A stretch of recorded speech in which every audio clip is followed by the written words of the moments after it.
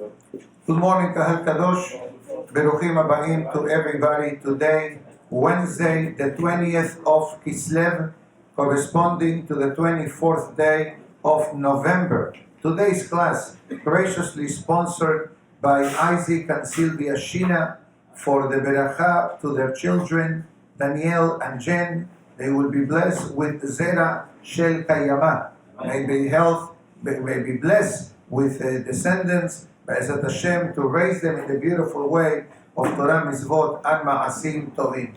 So we're going to concentrate just for a few minutes on a beautiful Zohar of today that we're going to go immediately into Hanukah. At the end of the day, Hanukah is going to be this coming Sunday night, Hava Alenu Letovah. So therefore, we're going to be learning beautiful insights about Hanukah. So the Zohar of today quotes a pasuk from the Berashah that says, "Vayhi Hashem et Yosef." Borei Olam was with Yosef. Vayhi ish masliach, and Yosef was a very successful person.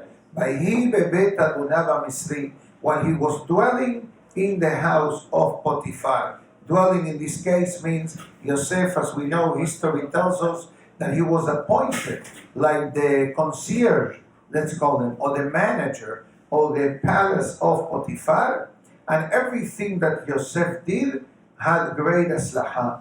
The Zohar Kadosh explains, and it says as follows. We have a beautiful pasuk from the book of Tehillim that testifies this concept. Chapter 23, Mizmor LeDavid Hashem Ro'i Lo Ihsar. It's a very famous chapter of Tehillim in which there David HaMelech says, Gam ki elech beges al mavet, lo irara ki ata imadi. Even when I'm going through the shadows of death, no evil will befall me because you are with me. So what King David is saying? The King David says, even in the most challenging situations in life, Hashem holds my hand. This is part of our daily prayers in the Batipalel Hana. Towards the end we say, Ki yeshev b'choshech. Thank you so much. Thank you so much. In the Batipalel Hana prayer, which is part of the opening statement in the Sephardic prayer books, and the pasuk there says, Ki yeshev b'choshech Hashem or li. And it says literally that when I'm dwelling or sitting in darkness, God becomes my light. Meaning to say, in plain English, a Yehudi is never alone.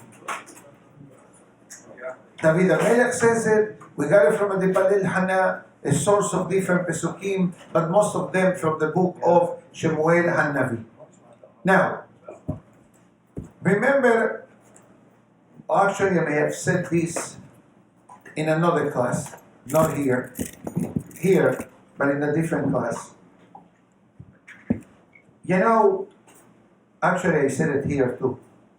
When the David HaMelech says in the book of Tehillim, Bnei Yaacob be Yosef Sela. We are descendants of Yaacob and Yosef for eternity. Now, why specifically David HaMelech selects these two tzaddikim, Yaacob and Yosef? I'm sure that the Kahal knows the answer, but I'm going to say it again so the live audience in iTorah.com can hear this as well. Yaacob and Yosef superseded Abraham and Isaac. Allow me to say this a bit better. I don't want anyone to misunderstand what I'm saying. We know very well that Abraham Avinu, Isaac Avinu, Yaacob Avinu, each one of them had a different message for us. Abraham Avinu, the concept of chesed, the concept of kindness. Isaac Avinu, the concept of discipline, self-control, etc. And Yaakov Avinu, the Torah. Now, when we look at these three matters, the way the Mishnah in Pirkei Avot writes, there are three pillars that the world stands upon them: Torah, Avodah, Gemilut Hasadim. Interesting enough, the Mishnah in Pirkei Avot reverses the order. First puts Torah, then puts Avodah, and the third is Gemilut Hasadim. And the question is why? If it was Abraham, Ishaq, and Yaacob, why don't you put Gemilut Hasadim, Avodah, and Torah? So the short answer is as follows. Needless to say that Gemilut Hasadim, to perform act of kindness, is beautiful. And this is part of our DNA. A Yehudi must, I'm not going to say must, a Yehudi has these three different types of DNA. The DNA of Abraham, that what inclines us to do acts of chesed, act of kindness. Then we have the discipline. We are disciplined. We are here learning, we are here praying, we are here eating. Whichever we are doing, we follow a protocol. Before we eat, we say beracha. We come to pray, we put on the talit standing, tefillin sitting, we do the Amidah standing. I don't see anybody putting the talit sitting, and I don't see anybody doing the Amidah sitting. Unless, God forbid, it has the shalom, the person has, God forbid, an illness or a medical condition or physical limitation. That's the exception. But the norm is that your father put on talit standing, my father put on talit standing, your grandfather put it standing, your great-grandfather, all the way till Moshe Rabbeinu. So that means that we carry with us the discipline of Ishaq Avinu. This is kasher, this is not kasher. This is permissible, this is not permissible. Oh, I had meat, I must wait 6 hours. And no one is watching. Nobody is putting a chronometer on your brain. This is between you, your neshama, and a Kadosh Baruch Hu. If I see you eating now a cheese sandwich, do you think that is going to cross my mind? Maybe you ate meat less than 6 hours ago. That would be 3:30 in the morning, give or take. All right? So Baruch Hashem, we have this discipline of Ishaq Avinu. Then we have Yaacob Avinu. And that's why the Mishnah in Pirkei Avot puts Yaacob Avinu on top of the list. Because if you want to know what true Hesed means, you must learn Torah. If you want to know what discipline means, you must learn Torah. Without Torah learning, you cannot act properly as a Yehudi. Maybe you have a good heart, and maybe you do kindness. Or maybe you are a person that has an easy time following authority. You know that there are people who cannot follow authority? They are there. There are some. Talking about Yehudim. You tell them to do something, they don't do it. You don't tell them, they do it. So you don't know what to do. You say, you don't say. But we all need to have these three particles of their DNA to be a good soldier in the army of Hashem. And this is actually a pasuk. How the Torah calls us. The Torah calls Bnei Israel Tzibot Hashem. We are soldiers in the army of God. From the moment that we wake up till the moment that we go to sleep. For example, in today's Gemara, we're not going to learn the Gemara, but the Gemara discusses today, for example, if a person who lends money with interest, if he's a kosher witness or not. What's the answer? No. No. A gambler, a person that gambles, Mesahek Bekubia it's called. A gambler means someone that plays heavily. There are people, by the way. Sometimes people develop this addiction. Haz v'shalom, you should never hear of this. But as a rabbi, unfortunately, I deal with this type of cases.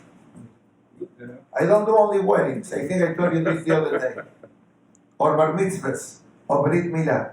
Sometimes we have to put out fires. Sometimes it's an addiction. Sometimes it's a shalom bayit issue. Sometimes it's other matters which obviously I'm not going to discuss. Okay? So the Gemara brings a couple of examples, but the bottom line is that the Torah is our GPS for life. You want to make it left, you want to make a right, you want to make a turn, you want to make a U-turn. If we follow the GPS of our Torah, we're going to fulfill our mission in life to be representatives of Hashem in this world, each one on the level. You know, I mentioned this a while back. The Puede talks about working. We all work. We all work. Different levels of work.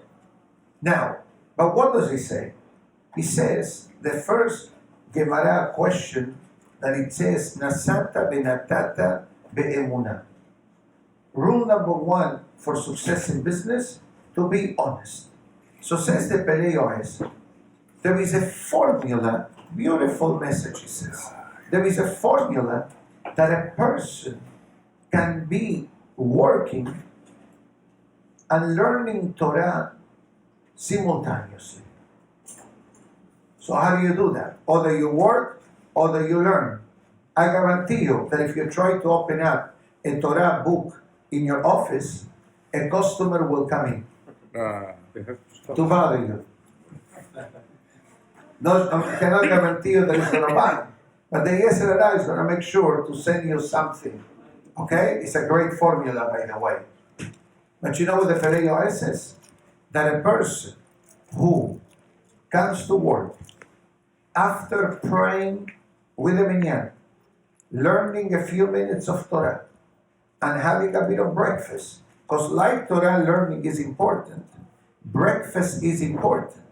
The Gemara in Masechet Berachot, I think, discusses the topic of Pat Shaharit. Pat Shaharit means breakfast. Although in English it means the bread of the morning, but bottom line, it means breakfast. So you took care of your body, you took care of your soul, you took care of your tefillah, your needs, then you go to work. You go to work. You conduct yourself properly in the world of business, whatever that means. Honest in business, not working on Shabbat, paying salaries on time, and giving ma'aser, treating customers and employees properly. You finish, you do mincha, your arvit, you try to learn a few more minutes. It says that Puede is considered like if the person learned Torah all day long. Unbelievable deal. Imagine like you bought Bitcoin where it was $1,000 or $18. Baruch haba. This is free. It's available. Muhan lechol Israel. The Torah has no copyright rights. The Torah, Muhan lechol Israel. That's why the Torah was given in the desert.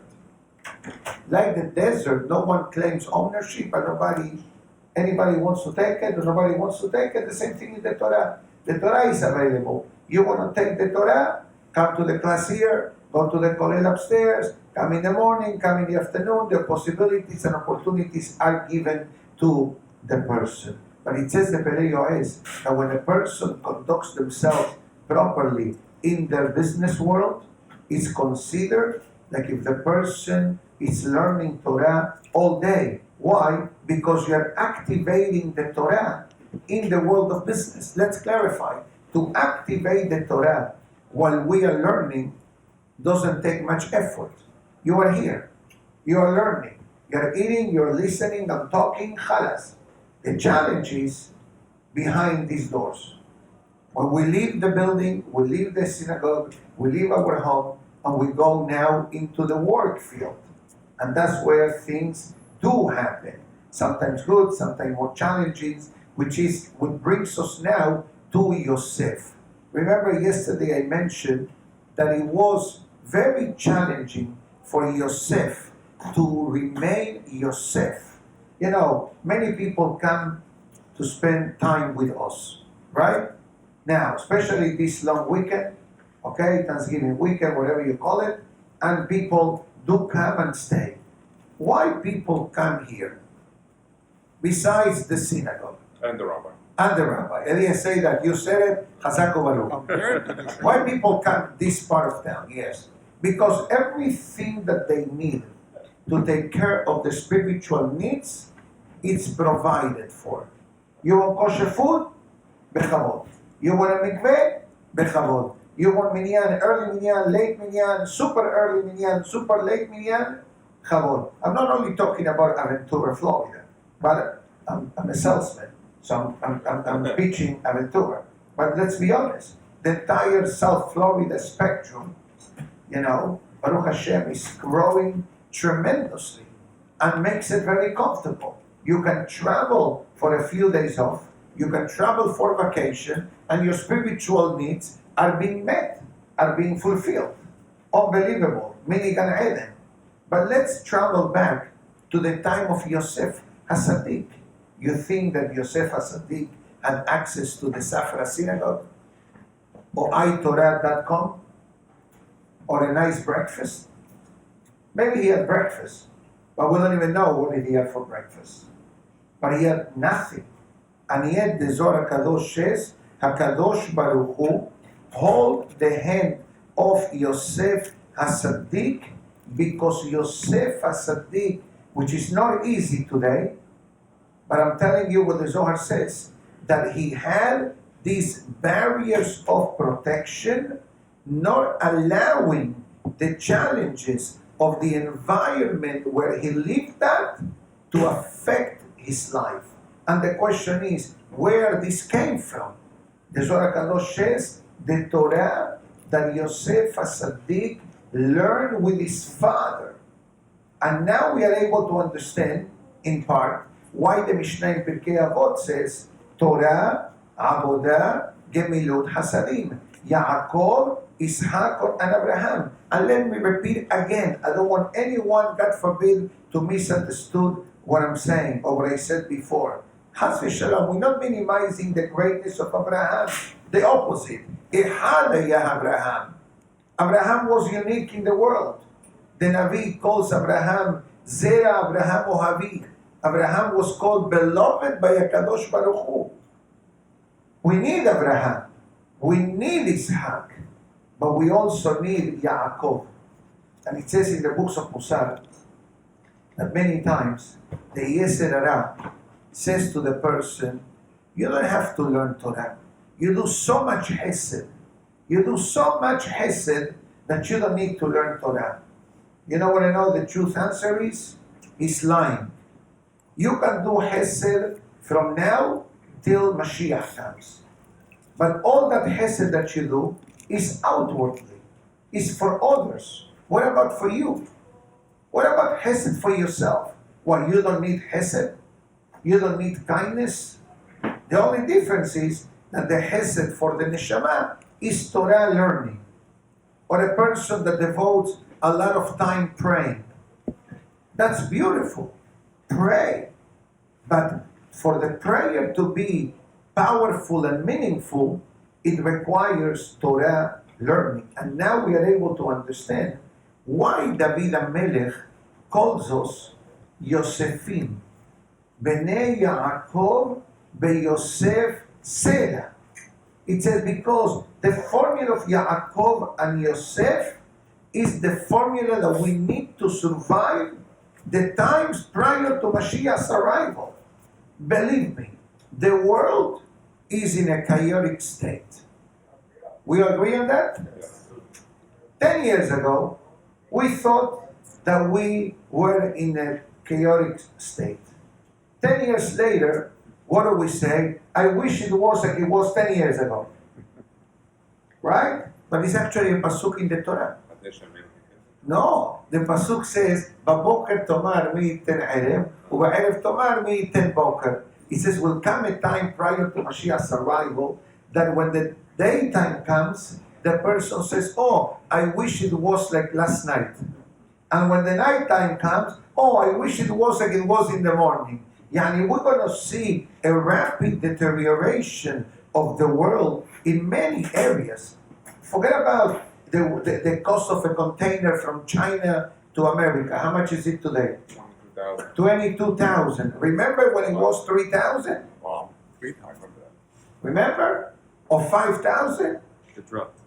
okay? Automatically, guess what? You know how many thousands of containers are stocked in the port of Los Angeles? You don't want to pay? No, because it's not kedai. It's not worth it. I'm one of them. I know someone, so I'm gonna bring you to the club of those that have trailers in Los Angeles. I have somebody that has 12 trailers of different type of merchandise, mostly related to COVID-19. Hand sanitizer, wipes, hand sanitizer today, Amazon is sending business customers free boxes of COVID-19 supply. I didn't know this, but suddenly we get 3 boxes from Amazon. I asked the office staff, did you order this? No. Did you order this? No. Did you order this? No.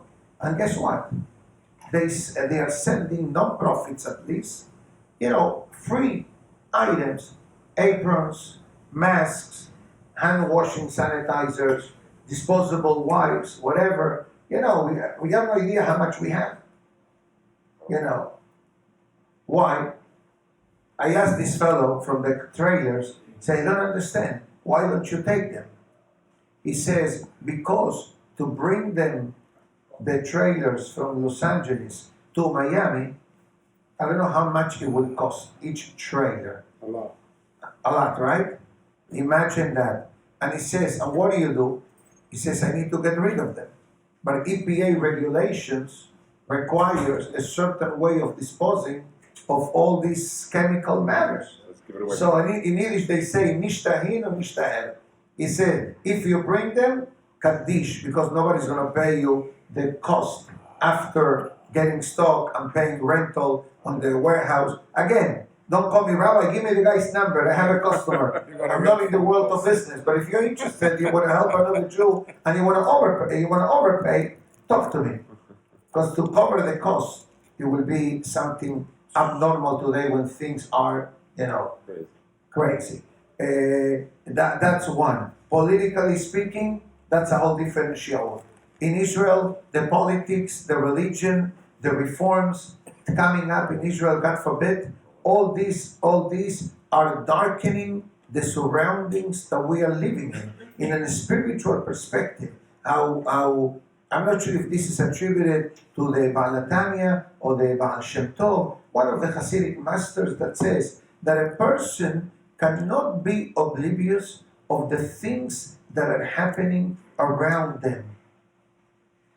He cannot say, it's only politics, it's only China. True, all that is true, but we got to see it also, how does that affect us as individuals and as a nation. The Zohar Kadosh writes, and it says that once Hashem, God, holds the hands of the person, like in the case of Yosef, and we see many other cases in history, the beracha starts flowing to the person, not only to the person themselves, but for example, Potiphar became successful in the merit of Yosef. C'est Pesukim in the Torah that Potiphar did not get involved at all. Ki alechem asher hu ochel, with the exception of his private life with his wife. That's the meaning of that verse. When the Pasuk says that Potiphar delegated everything to Yosef with the exception of the food that he will eat, the Torah utilized a clean language to hint that Potiphar's bedroom was off limits, but every other place, Yosef HaSaddiq had the access code and the password and the upper management. Now, in a way, if we make a couple of comparisons to the life of Yosef and the history of Hannuka, we're going to see a lot of similarities. A lot of them. One of them, the decrees of the Greeks against Am Yisrael. What the Greeks wanted to do. So the Greeks, they were smarter than Haman. Haman in Purim, just chronologically speaking, first Bet HaMikdash, destruction of the first temple, Purim, history of Purim, miracle of Purim, building of the second temple, attempt of conquering by the Greeks and the Assyrians, the miracle of Hanukkah, 200 years later, give or take, destruction of the second Bet HaMikdash. So the miracle of Hanukkah happened approximately 2150 years, give or take. A few years more, a few years less, but that's the magic number. Now, the Greeks made the following calculation. When Haman attempted to destroy the Jewish people simultaneously in one day, men, women, and children, he failed. He failed. And we know, thank God, Baruch Hashem, he failed, and we celebrate Purim and our survival. So Haman wanted to kill the body of the Jewish nation, to erase them. That's what the Pasuk says. The Yevanim, they said, no, we're going to let them live, but we're going to aim for the neshama of the Jewish people. We're going to aim for the soul. This connection from God. No Torah learning, no Milah, no Rosh Chodesh, no Shabbat, whatever decrees they made, a handful of them. And they figure, if we cut the arteries to the neshama, automatically, by default, Bnei Israel will collapse. So they were betting on assimilation. That's why part of the challenges that the Jewish people needed to overcome prior to the miracle of Hanukkah were not only the Greeks, but there was a sect among the Jewish people called the Mityavnim, Hellenists. Hellenist means the Yehudim that assimilated to the way of the Greeks. That's why the Greeks went into the Olympic Games. The Olympic Games that people follow, etc., the whole root of the Olympic Games is idolatry, is Avodah Zarah, is glorifying the body, not the soul. That's the difference between Yevanim and Am Yisrael. The Jewish people aim for the soul. The Greeks aim for the body. That's why they have God of men, God of women, Chas v'Shalom. I'm using these terms just for you to understand that even the history that we learn and the different idols that they have an agenda. Not only for themselves, but how to infiltrate, so to speak, into the Jewish nation and causing the assimilation from within. And eventually the Greeks knew, if we conquer the soul, if we divorce the Jewish people from God, assimilation will become activated. And once assimilation is running the show, the disappearance of the Jewish people is guaranteed, God forbid. And that is the mega fiasco today happening in Israel. What's the problem in Israel today? They want to, unfortunately, the government is not in coordination with the Torah. This is the reality. This is not Lashon Hara. This is the reality of life. And unfortunately, by welcoming to government and to religious decisions the reform and conservative movement, now they're pushing their agenda that reform and conservative conversions be considered acceptable by the state of Israel. But we know very well, as there was a letter that came out yesterday from the great Rabbi Kanievsky and many great Gedolim, stating that everybody, even a child in the yeshiva, in the Talmud Torah, knows that a conversion that was done not according to the halakha, and that means that there is no observance of the mitzvot. The person could have gone to the mikveh, the person could have been circumcised, but there is no observance of the mitzvot. The conversion is worthless, because what does the person takes upon themselves when converts.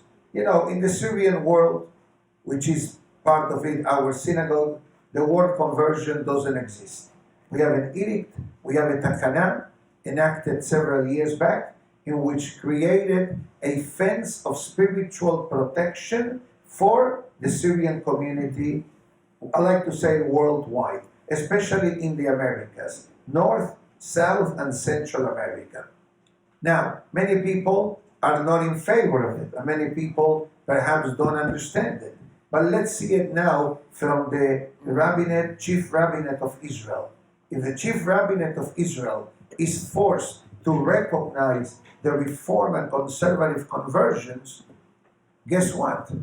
They arrive to Israel as immigrants, or they are in Israel, or they import them from anywhere in the world, and they are recognized by the state of Israel. They are part of the army, they are part of the school system, they may speak Hebrew, they may have Jewish or Hebrew sounding names, but the core of it is what? Goyim. So then, The core of it? the core, the Goyim, the source is Goyim. The reform movement? No, the conversions by the reform and conservative, they are halachically Goyim. The conversion is not valid. And even though what I'm saying may be very strong, and I hope that nobody gets offended, but if you get offended, I apologize in advance. I'm only quoting what the halakha clearly states, that the main requirement of a convert, besides the ceremonial aspect of it, the witnesses, the learning, the mikveh, the naming, etc., is the observance, the following of Torah and mitzvot, because that is the commitment that a convert takes. Otherwise, stay there. Follow the 7 Noahide laws, and you'll be a happy camper. You'll be a Gentile, a righteous Gentile. So that is part of the challenge that we are experiencing today. The Mitniavnim, the Hellenes exist today.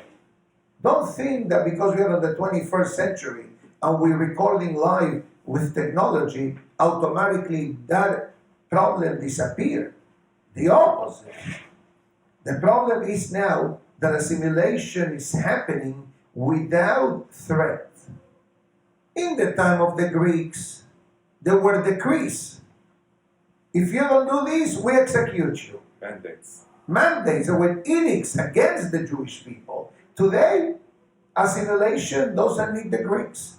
Today, assimilation is happening everywhere. Colleges is route number 1 of assimilation today. In America. Right. In America, college and universities are the source. But there are other, how do I say this, competitors to that title. If a person doesn't have Torah, a person doesn't have traditions, if a person doesn't surround themselves with good people, if a person doesn't surround themselves with a community, as we learned last week, the Gemara that says, "Le'olam al-yotzi adam et atzmo min ha'kelal." Although that Gemara talks about Zimun and Birkat Hamazon, but the books of Musar tells us that that message of the Gemara says, you need to be connected to a community, connected to a rabbi, connected to people. You can't just live by yourself and thinking that you're going to survive. You're not Yosef Sadiq. And it's not an offensive statement what I'm saying. When you have 17 years of Torah education, like Yaacob Avinu, then we can talk. Most of us didn't have it. Irrelevant of your name. I'm not saying this because my name is Yosef. Okay? I'm saying this because that's what's written in the Holy Books. So we do see that we do need a miracle of Hanukah, of whatever is happening in Israel, or whatever assimilation is happening in America, or in Europe. Europe doesn't stay behind, unfortunately.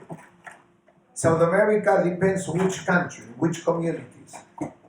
Some of them have the edict, and that makes it a bit stronger. Many of them don't have it, and they are paying the price 20, 30 years later. I'm speaking now from a rabbinical perspective. So the issue of the Mityavnim, the assimilation, divorcing ourselves from the Torah, regretfully, is alive and well. But I'm not finishing the class by throwing in the towel and saying, we are, God forbid, done, forget about it, there is no hope. Guess what?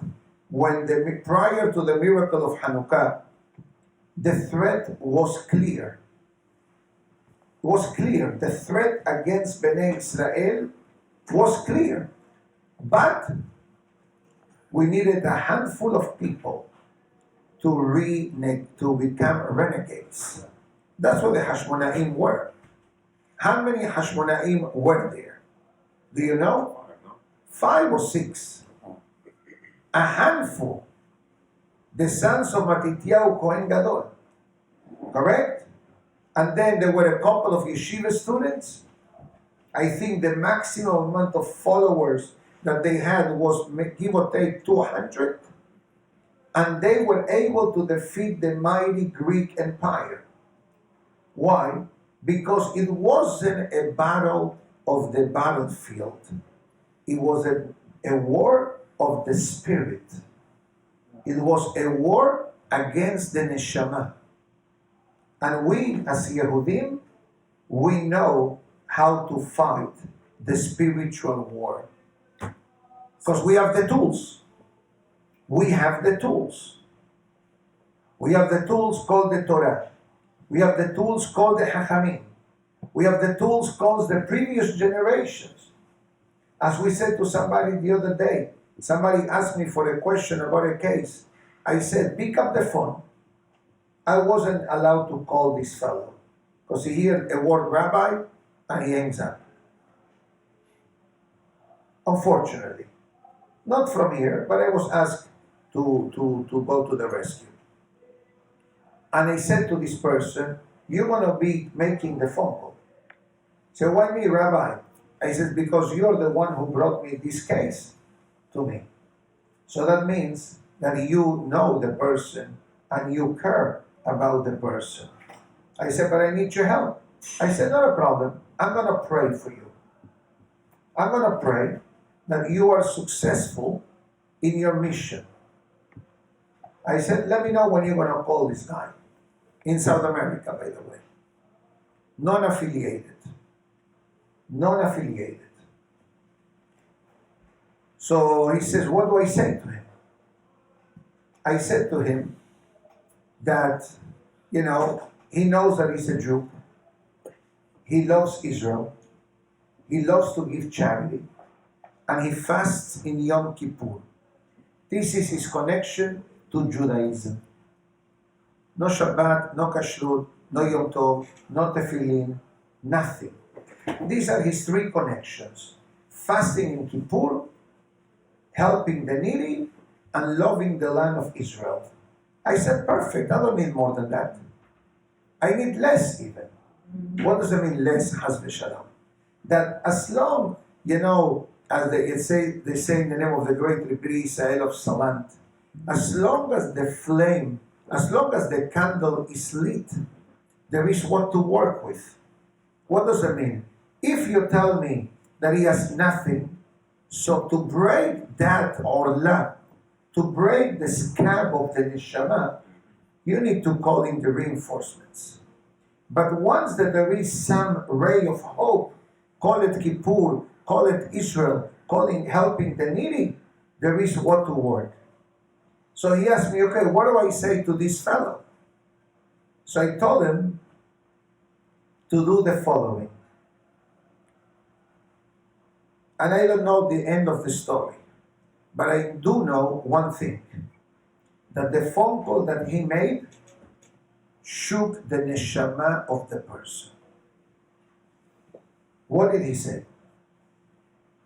So we rehearsed this, so I know the text by heart. Hi, how are you?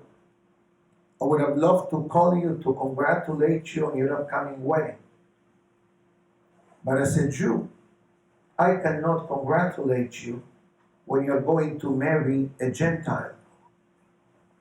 But she's a good lady. So he says, no one is discussing or challenging that she's a good lady. But are you willing to cut the link that has been coming from your parents, grandparents, great-grandparents, and bring children to the world, which are goyim, the phone went silent. But I'm about to get married in 3 weeks. I already gave the deposits. Yeah, they tell you all these things. I already gave the deposits, you know. The Yesod knows how to get the person. You know, you're going to ask for a refund. I don't think they're going to give it to you. They're going to tell you, no, because of you, I didn't book 2 other events, so I cannot give you the money, whatever hedge they give. So he was smart, and it says, is the money the issue? I'll reimburse you whatever the caterer doesn't reimburse you. And we're not dealing with $2 or $3. Usually when it's 3 weeks before a wedding, you gotta pay how much? You don't know yet. That's super. You're gonna get married. I'm gonna let you know. You gotta give a deposit. As you get closer, you gotta give more deposits, and it needs to be paid in full, I think, around the wedding day or before the wedding day. So he says, do not worry. If the issue is the money, I guarantee you that I will reimburse you whatever you are not getting back from any supplier. That's beautiful. That was not part of the rehearsal, okay? But we suspected that this could come. It says, thank you for your advice. Thank you very much. The conversation lasted 2 minutes. I think since then, they spoke 2 more times. So something is happening. Something it is happening. Are we going to be able to celebrate the not marriage? I hope so. We are approaching Hanukah. Hanukah is a season of miracles. So this is part of the messages of Hanukah, that Hanukah renews. Sure, statistically speaking, 205 or 6 yeshiva kollel students to defeat the mighty Greek Empire would have never happened. But they did not come to wage a physical war, although there were physical war and there were casualties. But remember the same pasuk of the Haftarah that we're going to say on the day of Hanukkah. On the Shabbat of Hanukkah, we read the Haftarah again of Roni Besimchi.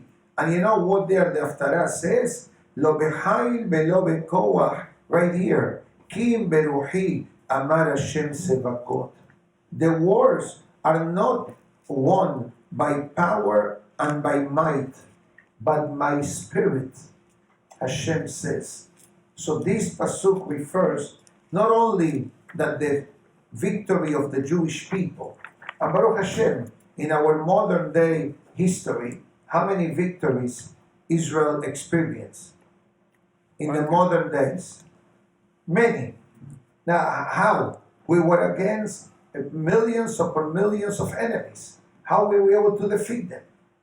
Short answer, this pasuk, Kim beruhi amar Hashem tzevakot. That's why, according to Jewish law, when the Jewish army, the Torah army went to war, they went to war fasting, not having breakfast prior to go. They will go to wage a war fasting. Does it make sense? Does it make sense? Yom Kippur war. It was Yom Kippur.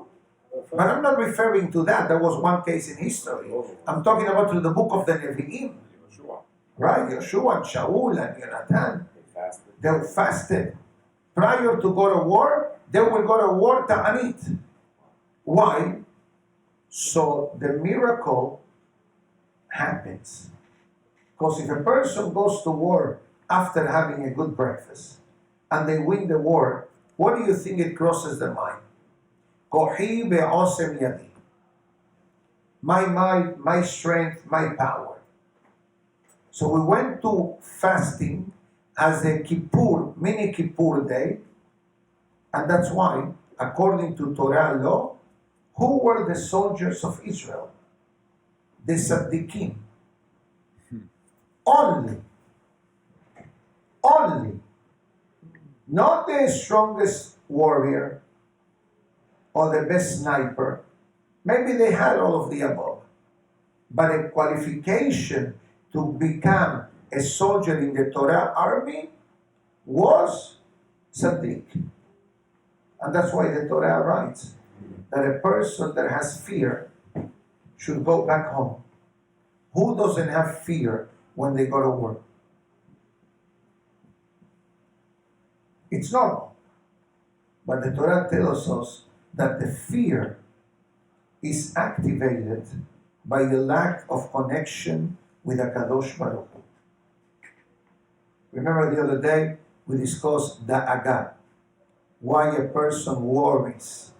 Worries. Again, we're not against that a person worries, but there are different levels of worries. A person that worries for everything and anything and worries excessively, it's missing bitachon. It's missing trust in Hashem. Now, why do I say this? And I said this in the class the other day, because the word da'aga are the 4 first letters of the Hebrew alphabet. Dalet, the 4th one, Aleph, the 3rd one, the first one, Gimal, the 3rd one, and He, the 5th one. So you have 5, 4, 3, 1. Which letter are missing?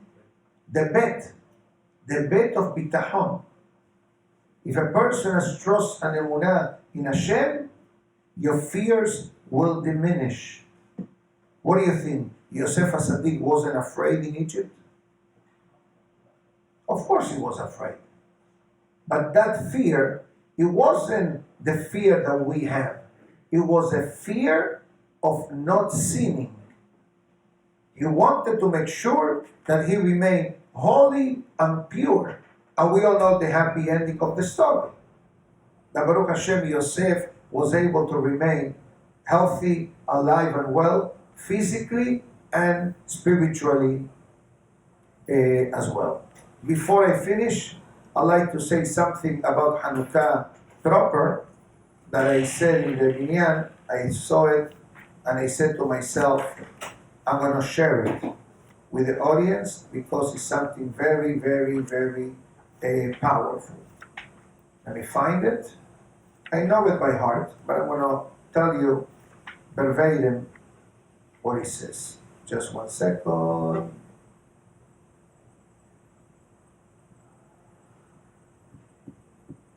Just a second. So this is quoting the Kava Yashar. The Kava Yashar writes that a person needs to make sure, right here, that a person needs to make sure that when we say the berachot of lighting the Hanukkiah, not only Rabino Batya says that a person should say the beracha with simcha, with happiness, which is one of the ingredients of doing mitzvot properly, but it says that when a person says the beracha, should make sure to say the beracha that contains 13 words of lighting the Hanukkiah or the menorah. What I'm saying, the beracha is Baruch Ata Hashem Elokeinu Melech HaOlam Asher Kideshanu V'Mitzvotav V'Tzivanu Le'adlik Ner Hanukah. That is 13 words. Some books say Shel Hanukah. According to the Kava Yashar, do not say Shel Hanukah. I don't think it's a Sephardic Nusach. Sephardic Nusach is Le'adlik Ner Hanukah. Nahal. That's also 13. Okay, 1 second. But so what? Why? So it says in Kava Yashar that when we say each beracha to light the Hanukkiah, each word represents one of the 13 midot rahamim, one of the 13 attributes of mercy of HaKadosh Baruch Hu that shower the person with that element. The next beracha, the same thing. Baruch Ata Hashem Melech HaOlam, those are 6 words. She'asa ניסים לאבותינו בימים ההם בזמן הזה. Again, how many? 6, 7, 8, 9, 10, 11, 12, 13 words. Again, says the Kava Yashar, you have Yod Gimal Midot HaRachamim, 13 attributes of mercy upon the person by the first beracha, 13 attributes of mercy by the person by saying the second beracha.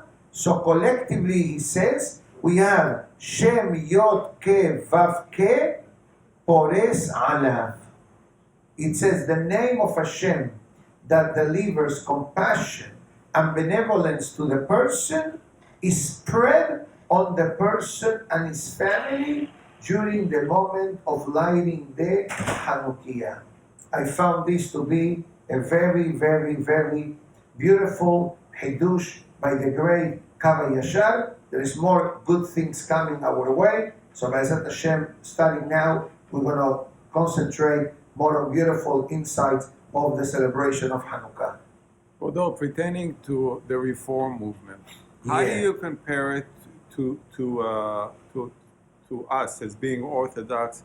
And can you compare it to something like Christianity even? What is this God reform? forbid. So what is this reform movement? Let's So clarify. it's a made-up religion? Of course, the reform movement and the conservative movement are man-made movements. What's the meaning of the word reform and conservative? Conservative is to conserve. You want to keep some, you want to get rid of some. Reform, it's literally reforming. And let's clarify for the audience, because I don't know who will be listening to this class. I do know that I have many people get it, and I do know for a fact that we have Gentile people getting this class or listening or watching. Don't ask me, but I know based on the questions that I get and the names that I get, which is fine. If you're watching, good day. Isn't it usually just the Shulchan Aruch that they deviated from that book? Correct, that's what I'm going to say. That's So what they decided to do, they pick and choose what to keep and what not to keep. For example, the reform, and not only that, not only not following the Torah, the basic aspect of the Torah and the Shulchan Aruch, but also not following the Hachamim, not following the written, not only not following the written Torah, but not following the oral Torah. And once you have that, and let's clarify. Let me clarify, because since this is being recorded, sometimes it's important to clarify that we're not talking here, when we say reform movement and conservative movement, we're not talking about the people who don't know anything and they happen to be members of a reform and conservative movement. They don't know better. The complaint is against the leadership, that they are how do I say this, shortchanging the people and not telling the people the true facts. This was born, these movements were born, I think, maybe 200 years ago, give or take, right? Give or take 200 years ago, right? And others,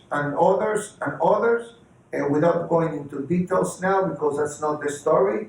But basically, what they want to do, they believe that by assimilating and blending in with the Goyim, that they will be better accepted and better viewed by the nations of the world.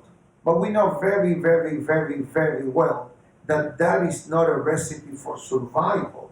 That was a recipe for disaster. What do you think it happened in Germany? You ever ask yourself why it happened in Germany, the Holocaust? Why the source of the Holocaust was in Germany? Was it the reform movement? Part of it, yes. They thought that they're going to be first Germans and then Jewish. Assimilation. They tried to blend in. They tried to be part of aristocratic positions in Germany. And regretfully, that boomerang against us. And again, the idea is not to talk bad or negative about different segments of the Jewish people, but it's something to understand and to open up our eyes that the only secret of the survival of the Jewish people is our connection to the Torah. And that's why the chief rabbinate of Israel and the great rabbis of Israel are very concerned that if the Israeli government today will welcome the reform and conservative conversions and kashrut protocols. You know that the reforms and they don't have kashrut. They don't observe Shabbat. They don't have the book. Right, they don't follow it. So that is slowly, God forbid, penetrate into the Israeli society, so to speak. And God forbid, 20, 30 years from now, you don't even know if you're marrying a Jewish girl that went to school, maybe even did the army, maybe went to university in Israel, and knows all about the holidays and knows all about kosher food, but their core is taref. And that has catastrophic outcomes for the future generations. So our goal is to pray for them to do teshuvah and to create an awareness that Torah is the only salvation, the only protection, and the secret of the survival of Am Israel. This is it. Don't try to dilute it. Don't try to change. If a Sefer Torah has a cracked letter, pasul. If a Sefer Torah has a missing yod, not kosher. A Sefer Torah has an extra letter. Extra, big deal. Extra is more. Not kosher. Why? Because we follow the proper protocols of the Torah with the proper boundaries, with the proper guidelines. My dear friends, may the celebration of Hanukah bring great light and happiness to Am Israel. Amen. And Amen. thank you again to the Shina family for graciously sponsoring the class, for Zera Shel Kayama of Daniel and Jen Be'ezat Hashem. Amen. May they be blessed with healthy and happy children soon. Amen. Amen. Baruch Adonai Le'olam. Amen. Amen.